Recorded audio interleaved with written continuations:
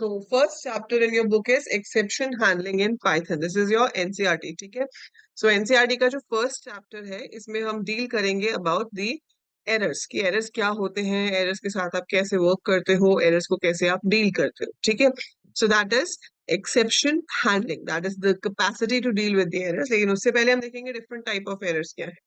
एक ये बहुत ही अच्छा कोट यहाँ पे लिखा हुआ है एरर्स के बारे में that says I like my code to be elegant and efficient the logic should be straightforward to make it hard for bugs to hide the dependencies minimal to ease maintenance error handling complete according to an articulated strategy and performance close to optimal so as not to tempt people to make the code messy with unprincipled optimization clean code does one thing well ठीक है अब ये सारी बात का मतलब क्या है कि जो आपका कोड है वो सिंपल एंड स्ट्रेट फॉरवर्ड होना चाहिए it should be error prone उसमें अगर एरर हो भी तो ढूंढना बहुत आसान होना चाहिए it should not be that difficult to find out and correct the errors और ये कोड किनका है ये कोड है बजेन स्ट्रॉस्ट्रप का who was the developer of C++. So he made the language C++.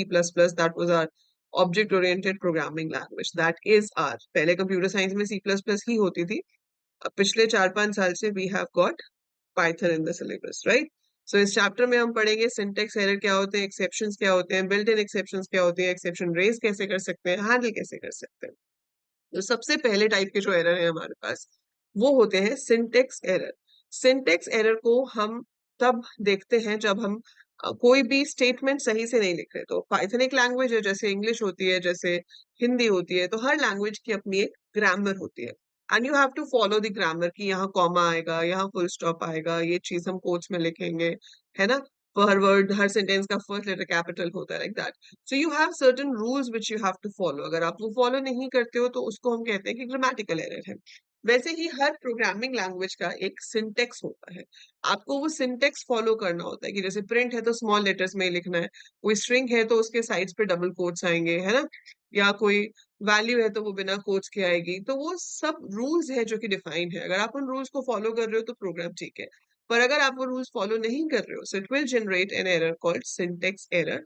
जिसे पार्सिंग एरर भी कहा जाता है So syntax errors are detected when we have not followed the rules of the particular programming language while writing a program. These are also called as parsing errors. अब जैसे यहाँ पर example देखो यहाँ पर इन्होंने क्या लिखा कि मार्क्स में 10 है if marks greater than 20 colon print good score ठीक है अब इसमें क्या हुआ प्रिंट की राउंड ब्रैकेट लगाना भूल गए प्रिंट के साथ जो आप प्रिंट कर रहे हो वो राउंड ब्रैकेट्स में होना चाहिए दैट्स अ रूल अगर आप वो नहीं लगाओगे तो दिस इज रॉन्ग तो वो वहां पर कह देगा कि भाई इसको तो राउंड ब्रैकेट में लगाना था आपने तो लगाया ही नहीं so that is wrong that's a syntax error syntax error आने पे होता क्या है कि वो आपको एक बॉक्स में एरर शो करेगा ऐसे missing parenthesis in call to print did you mean this so Python इतना इंटेलिजेंट है कि वो आपको बता भी देता है कि ये एरर आ रहा है शायद आप ऐसा लिखना चाह रहे थे है ना so it tells you the error and it also guides you कि इसका सही ऑप्शन क्या हो सकता था फाइन पर जब तक सिंटेक्स एरर होता है तब तक प्रोग्राम एग्जीक्यूट नहीं हो सकता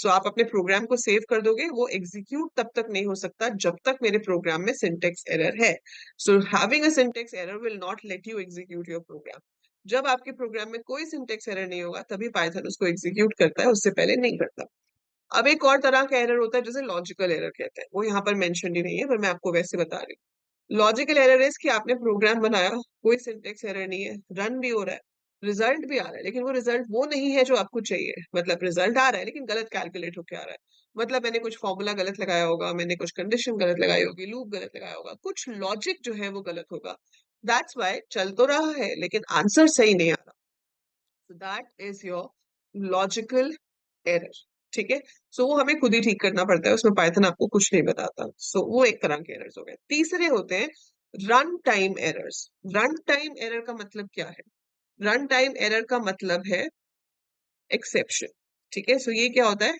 during the execution of the program कि मेरा प्रोग्राम एग्जीक्यूट हो रहा है मैंने अपना प्रोग्राम लिखा सब कुछ सही था ठीक है सब कुछ सही चल रहा था बीच में कुछ ऐसा हो गया जिसकी वजह से प्रोग्राम या तो बीच में से ही टर्मिनेट हो जाएगा ठीक है वहीं पे रुक जाएगा so that is during the execution of the program अगर हम कोई ऐसा ऑपरेशन परफॉर्म करते हैं जो कि अलाउड ही नहीं है परफॉर्म होना so your program stops in between so what definition NCERT gives you is Even if a statement or expression is synthetically correct, there might arise an error during its execution. For example, trying to open a file which does not exist, या फिर मैं किसी number को divide कर दूं zero से, division by zero, ठीक है, हम डिवाइड तो कर सकते हैं, division is a normal operation, पर division by zero is not, है ना। सो इस तरह के जो एरर्स आपके पास आएंगे वो रन टाइम एरर है। Such type of errors might disrupt the normal execution of the program and are called exceptions. तो ये आपकी नॉर्मल एग्जीक्यूशन को रोक देते हैं, ठीक है, और इन्हें हम एक्सेप्शंस कहते हैं। फाइन। अब इसको और प्रॉपर्ली डिफाइन करना हो तो आप कह सकते हो an exception is a Python object that represents an error. So when an error occurs during the execution of the program, an exception is said to have been raised. Such an exception needs to be handled by the programmer so that the program does not terminate abnormally. So आपका programme जो है वो बीच में से ही abnormally बंद हो जाएगा, और आप चाहते हो कि वो abnormally बंद ना हो। उसके लिए आप क्या काम करोगे वो हम यहाँ पर देखेंगे, ठीक है। अब abnormally कैसे बंद हो जाएगा वो मैं आपको एक प्रोग्राम का सैंपल करके दिखाती हूँ, ठीक है। But before that, here are some basic built-in exceptions in Python जो इसमें अपने आप से इसके पास होती हैं, जो आपको वो पहले ही दिखा देता है। So commonly occurring exceptions are usually defined in the compiler or interpreter. These are called built-in exceptions. So definition क्या है? Built-in exceptions are those which are already defined to the compiler or interpreter. Python standard library is an extensive collection of built-in exceptions that deal with the commonly occurring errors by providing the standardized solutions for such errors. On the occurrence of any built-in exception, the appropriate exception handler code is executed, which displays the reason along with the raised exception name.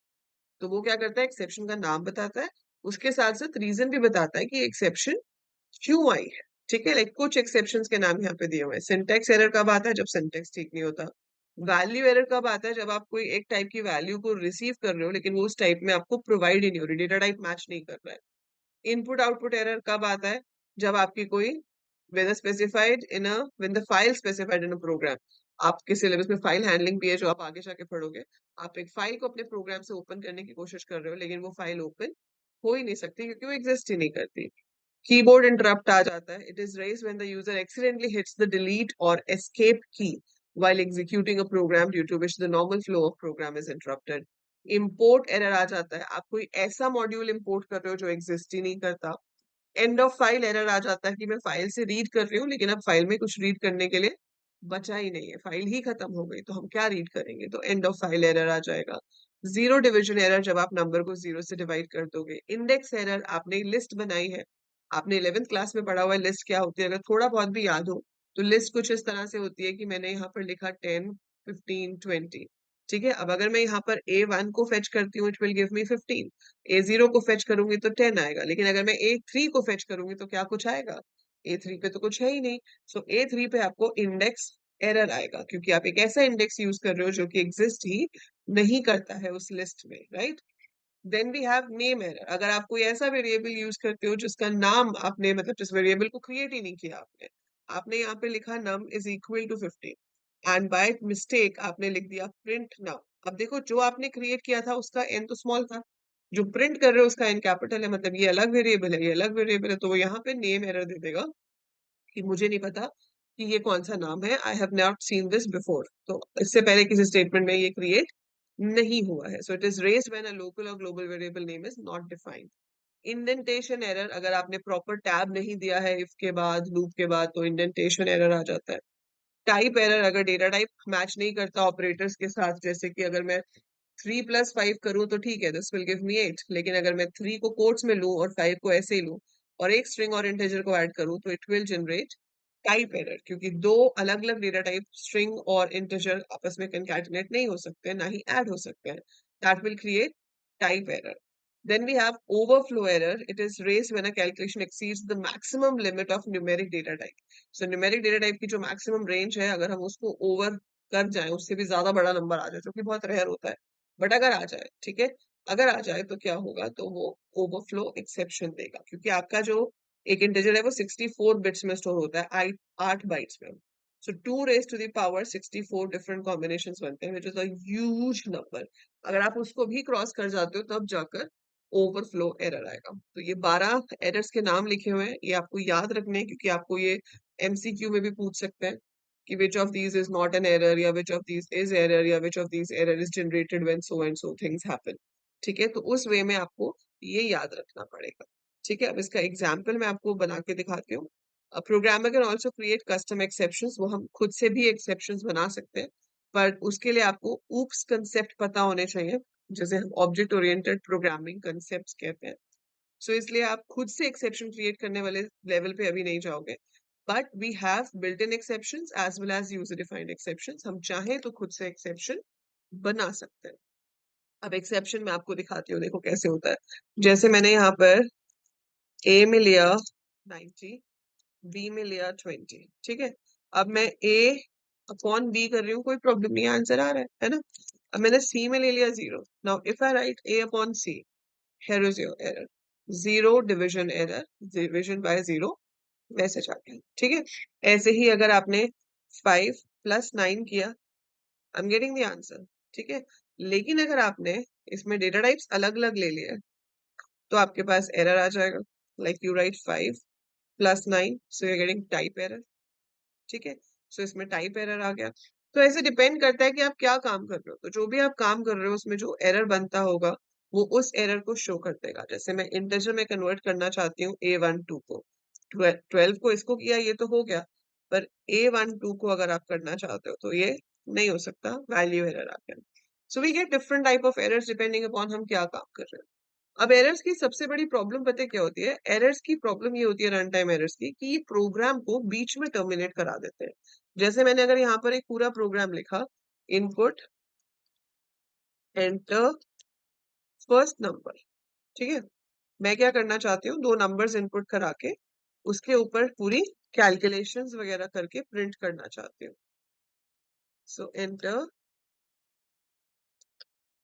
Second number, so I've taken first number, I have taken second number। ठीक है, अब मैंने क्या किया, a is equal to b is equal to कर लिया, c is equal to a multiplied by b, print product is c। now यही चीज आप करना चाहते हो for the other three operations। ठीक है, so a multiply, फिर आपने डिवाइड कर दिया, डिवाइड कर दिया तो क्या आ जाएगा,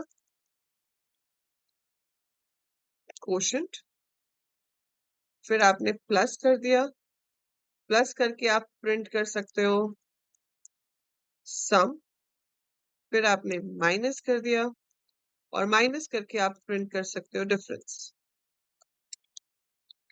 ठीक है, सेव किया एंड देन मैंने इसको रन किया। सो मैं यहाँ पर दो नंबर एंटर करती हूँ, परफेक्ट चल रहा है, कोई प्रॉब्लम नहीं है। प्रोडक्ट आ गया, क्वोशंट आ गया, सम आ गया, डिफरेंस आ गया, so I am getting everything over here. So it's working perfectly fine, कोई इशू नहीं है ना। सो इसमें कोई एरर नहीं है। पर अब मैं इसी प्रोग्राम को दोबारा से रन करती हूँ। सो अगर मैं इसको दोबारा से रन कर रही हूँ और आप देख रहे हो कि मैंने नंबर एंटर किया 15, दूसरा नंबर मैंने 0 एंटर कर दिया, सो उसने प्रोडक्ट इज 0 तो दिखाया, लेकिन जहां डिवीजन हुआ वहां पर एरर आ गया। सो वहां पर एरर आ गया, प्रोग्राम वहीं पर ही टर्मिनेट हो गया, प्रोग्राम उसके आगे चलेगा ही नहीं। ठीक है, so program will not work after that, और वो सम और डिफरेंस वाली लाइंस तक तो पहुंचा ही नहीं। So that is the problem of exception, that my program terminates in between, और हम ये चाहते हैं कि वो बीच में से टर्मिनेट ना हो। ठीक है, वो कैसे करते हैं वो हम अभी देखेंगे। सो यहाँ पर आपको जो नेक्स्ट लिख के दिया हुआ है वो है raising exceptions. So each time an error is detected in a program, the Python interpreter raises और थ्रोज एन एक्सेप्शन, तो वो एक्सेप्शन को जनरेट करता है। ठीक है, अब वो एक्सेप्शन क्या करती है, अगर तो उसको हैंडल करने का कोई कोड मिल गया तो ठीक है, नहीं तो वो प्रोग्राम को टर्मिनेट कर देगी। So exception handlers are design to execute when a specific exception is raised।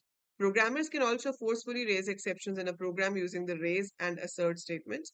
Once an exception is raised, no further statement in the current block of the code is executed। वहां से control jump कर जाता है। So raising an exception involves interrupting the normal flow of execution। So जब हम एक exception को raise करते हैं, हम normal जो है flow उसको interrupt कर रहे हैं, वहां से jump कर रहे हैं to the other part of the program जिसे हम एक्सेप्शन हैंडलर कहते हैं। और वो एक्सेप्शन हैंडलर कोड जो है वो एक्सेप्ट कीवर्ड के साथ लिखा जाता है। रेज स्टेटमेंट होती है हमारे पास, पर ये आपको तब यूज करनी पड़ती है जब आप खुद से एक्सेप्शन रेज करो। पर सर्टेन ऑपरेशंस के लिए एक्सेप्शंस अपने आप रेज होती हैं, तो मुझे रेज यूज नहीं करना पड़ेगा। बट आपको सिंटेक्स पता होना चाहिए कि raise statement can be used to throw an exception. The syntax of raise statement is raise keyword लिखो, स्मॉल लेटर्स में आएगा क्योंकि कीवर्ड है। तो raise is a keyword, you have to write it in small letters and then name of the exception। जो 12 exceptions के नाम हमने ऊपर देखे हैं, उसमें से जो भी exception आपकी raise हो रही होगी उसका नाम आप यहाँ लिख सकते हो। The argument is generally a string that is displayed when the exception is raised। यहाँ पर आप exception की details जो है as a string भेज सकते हो।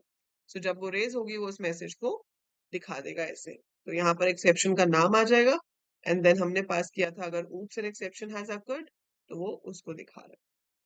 ठीक है, तो एक्सेप्शन नेम आ जाता है एंड देन उसकी डिस्क्रिप्शन आ जाती है।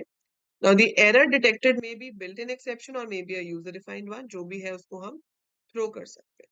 ठीक है, बट उसको हैंडल कैसे करते हैं? उसको हैंडल हम करते हैं एक्सेप्ट कीवर्ड के साथ। So we have a keyword called except. अब यहाँ पे तो उसने दिखाया कि हमने रेज कर दिया तो टर्मिनेट हो गया प्रोग्राम, आगे नहीं चलेगा। तो जहां रेज हो गया वहां पे ही टर्मिनेट हो जाता है, ये नो एग्जीक्यूशन वाली स्टेटमेंट तक पहुंचा ही नहीं क्योंकि लेंथ इसकी ट्रू थी। ठीक है, ये क्या है? रेज इंडेक्स एरर, तो वो यहां से सीधे बाहर ही आ गया, इस लाइन तक पहुंचा ही नहीं, आपके पास सीधा ही इंडेक्स एरर आ गया। सो जिस लाइन पे एरर जनरेट होता है, रेज होता है, उसके नीचे कोई भी स्टेटमेंट उस ब्लॉक में एग्जीक्यूट नहीं होती है। ठीक है, असर्ट स्टेटमेंट को अभी छोड़ दो, ये मैं आपको बताती हूँ बाद में, बिकॉज इसका रोल हमारा अभी बाद में आएगा। सो पहले हम ये देखते हैं कि हम जो एक्सेप्शन रेज कर रहे हैं उसको हैंडल कैसे करेंगे। हैंडलिंग एक्सेप्शंस के लिए हम ट्राई एंड एक्सेप्ट कीवर्ड का इस्तेमाल करते हैं। सो जहां पर मुझे लगता है कि एरर आ सकता है उसको मैं ट्राई ब्लॉक के अंदर लिखती हूँ, और एरर आने पे मुझे करना क्या है वो मैं एक्सेप्ट ब्लॉक के अंदर लिखूंगी। So each and every exception has to be handled by the programmer to avoid the program from crashing abruptly. तो हम सॉफ्टवेयर अपने लिए तो बनाते नहीं है, we are the programmer, so we create programs ताकि हम उसे सेल कर सकें और दूसरे लोग उसे यूज करें। तो आपका प्रोग्राम वहां बीच में कभी भी इंटरप्ट नहीं होना चाहिए। सो इसलिए we should provide proper exception handling ताकि मेरा प्रोग्राम अब्रप्टली बंद ना हो जाए। This is done by writing additional code in a program to give proper message और इंस्ट्रक्शंस टू द यूजर और encountering an exception. This process is known as exception handling. So वैसे तो theory नहीं आती है, बट एक्सेप्शन हैंडलिंग की definition अगर आपको याद करनी हो तो आप ये कर सकते हो। नीड फॉर एक्सेप्शन हैंडलिंग क्यों चाहिए? वही, ताकि रन टाइम एरर्स के आने पे प्रोग्राम बीच में से टर्मिनेट ना हो। ठीक है, और इसके लिए हमारे पास ट्राई एक्सेप्ट यूज होता है। सो यहाँ पर ये क्या कह रहा है? Python categorises exception into distinct types so that specific exception handlers can be created. Exception handlers separate the main logic of the program from the error detection and correction code. The segment of code where there is any possibility of error or exception is placed inside one block, जिसे हम try block कहते हैं। The code to be executed in case of the execution exception has occurred is placed inside another block, जो कि except block होगा आपका। These statements for detection and reporting the exception do not affect the main logic. ठीक है, the compiler or interpreter keeps track of the exact position where the error has occurred. Exception handling can be done for both user defined as well as built-in exceptions. ठीक है, अब process क्या होता है, कैसे exception handling होती है? So when an error occurs, Python interpreter creates an object called the exception object. फिर वो throw होता है। The object contains information about the error like its type, file name, and position in the program where the error has occurred. The object is handed over to the runtime system so that it can find the appropriate code to handle that exception. This process of creating an exception object and handing it over to the runtime system is called throwing an exception. It is important to note that when an exception occurs while executing a particular program statement, the control jumps to the exception handler, abandoning execution of the remaining program statements. ठीक है, तो उसके नीचे की जो programme statements हैं वो उनको स्किप कर देता है और एक्सेप्शन हैंडलर पे जंप कर जाता है। The runtime system searches the entire program for a block of code called the exception handler that can handle the raised exception. It first searches for the method in which the error has occurred and the exception has been raised. If not found, then it searches the methods from which this method was called. So the hierarchical search in reverse order continues till the exception handler is found. So basically वो exception handler को ढूंढता है, अगर मिल गया तो ठीक है, अगर नहीं मिला तो आपका प्रोग्राम बीच में से टर्मिनेट हो जाता है। इसका बेसिक सा मतलब इतना है, ठीक है। So an error encountered in a method, जो ऑब्जेक्ट को क्रिएट करेगा, एक्सेप्शन रेज होगी, रन टाइम सिस्टम में ढूंढेगा, अगर तो मिल गया तो एग्जीक्यूट द कोड, अगर नहीं मिला तो search for method in the call stack. मतलब अगर फंक्शन कॉल्स की, अभी तो आपने फंक्शन ही नहीं किया 12th में, तो आपको ये नहीं पता है कि फंक्शन कॉल की ट्रेस क्या होती है, but there could be a line of function, तो वो सब में सर्च करता है। सो इसको अभी इतना डेप्थ में जाने की जरूरत नहीं है, बट द थिंग इज कि अगर एक्सेप्शन हैंडलर मिल जाता है तो एग्जीक्यूट होगा, अगर नहीं मिलता है तो टर्मिनेट हो जाएगा। सो आप सिर्फ इतनी चीज ध्यान रखोगे कि अगर एरर जनरेट होता है और उसका एक्सेप्शन हैंडलर मिल जाता है तो एक्सेप्शन हैंडलर एग्जीक्यूट होगा, प्रोग्राम टर्मिनेट नहीं होगा। लेकिन अगर नहीं मिलता है तो प्रोग्राम टर्मिनेट हो जाता है, ठीक है। अब ये कैसे होता है, उसके लिए जो कोड है वो है ट्राई एंड एक्सेप्ट ब्लॉक। सो ये तो सारी थियोरेटिकल चीजें थी, बट असली जो मुद्दा है वो ये है, ट्राई एंड एक्सेप्ट ब्लॉक। अब ये कैसे लगेगा मैं आपको दिखाती हूँ। सो ये हमारा प्रोग्राम था, इसमें मुझे डिवीजन वाले में पता है कि एरर हो सकता है। सो जिस स्टेटमेंट्स में मुझे पता है कि एरर हो सकता है उन्हें मैं ट्राई ब्लॉक के अंदर डाल दूंगी, ठीक है। फिर मैं यहाँ पर लगा दूंगी एक्सेप्ट, और एक्सेप्ट में मैं वो स्टेटमेंट लिख दूंगी जो तब एग्जीक्यूट हो अगर एरर जनरेट होता है। सो मैंने इसमें कुछ नहीं करना, मैं सिर्फ चाहती हूँ कि प्रोग्राम बीच में से टर्मिनेट ना हो। So division by 0 not possible, I just print this. तो अब या तो मेरा ट्राई एग्जीक्यूट होगा या एक्सेप्ट। अगर कोई एरर नहीं है तो ट्राई एग्जीक्यूट होगा, क्वेश्चन प्रिंट होगा, वो एक्सेप्ट को इग्नोर कर देगा। अगर एरर आया तो ये क्वेश्चन वाली लाइन प्रिंट नहीं होगी, तो वो एक्सेप्ट में जाएगा और डिवीजन बाय 0 नॉट पॉसिबल को प्रिंट कर देगा। सो अब अगर मैं रन करती हूँ और मैंने एंटर किया है 10 और 8, तो प्रॉपर सब कुछ हो रहा है, सारे आंसर आ रहे हैं, प्रोडक्ट भी आ रहा है, क्वेश्चन भी आ रहा है, सम भी आ रहा है, डिफरेंस भी आ रहा है, ठीक है। Now I run it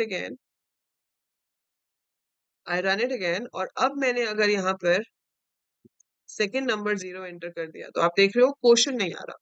So it is not showing quotient. Quotient की जगह पे वो क्या दिखा रहा है? Division by 0 not possible. So quotient is not being displayed here. It is just showing division by 0 not possible, क्योंकि वो accept में चला गया। और मैंने जो अभी accept लिखा है वो general accept है। आप accept को specific to error भी बना सकते हो। Specific to error में आपको यहाँ पे क्या लिखना पड़ेगा? 0 division error. So I have to write the name of the error. तो अब वो सिर्फ इसी टाइप के एरर के लिए काम करेगा, अगर कोई और तरह का एरर आ गया तो ये वाला हैंडलर वर्क नहीं करेगा। अगर मैंने ये नाम लिखा ही नहीं था एरर का सामने, तो कोई भी एरर आ जाता, ये हर किसी को हैंडल कर देता। पर जब आप एरर का नाम लिख देते हो, so it handles only that error जिसका नाम यहाँ पर लिखा हुआ है। तो जिसका नाम लिखा हुआ है सिर्फ वही एरर हैंडल किया जाएगा, अदरवाइज नहीं। तो हम एक ट्राई के साथ एक से ज्यादा एक्सेप्ट स्टेटमेंट्स भी दे सकते हैं। So we can give any number of except statements with your try block, ठीक है। सो आप जितनी स्टेटमेंट देना चाहो दे सकते हो, एंड जहां पे भी वो मैच होगा अकॉर्डिंगली इट विल वर्क, ठीक है।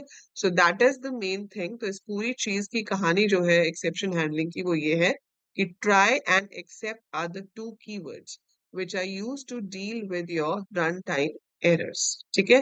सो रन टाइम एरर्स और एक्सेप्शन हैंडलिंग के लिए जो दो कीवर्ड्स का इस्तेमाल होता है वो मेजरली है ट्राई एंड एक्सेप्ट, ठीक है। So try and except are the two keywords, इनके साथ फिर एल्स, फाइनली और भी बहुत सारे कीवर्ड्स हैं जो हम यूज करेंगे। सो यहाँ पर आपके पास while writing or debugging a program, a user might doubt an exception to occur in a particular part of the code. So such suspicious lines of codes are put inside a try block. So every try block is followed by an except block. The appropriate code to handle each of the possible exceptions are written inside the except clause. While executing the program, if an exception is encountered, further execution of the code inside the try block is stopped and the control is transferred to the except block. ठीक है। सो इस तरह से कुछ इसका syntax होता है। Try में वो स्टेटमेंट्स लिखो जहां पर एरर हो सकता है, एक्सेप्ट के साथ एक्सेप्शन का नाम लिखकर हम स्टेटमेंट्स लिख सकते हैं। Then they have given some example over here, same zero division का ही दिया हुआ है, पर ये कुछ और कर रहे हैं, नहीं वही वैसे ही कुछ कर रहे हैं, ठीक है।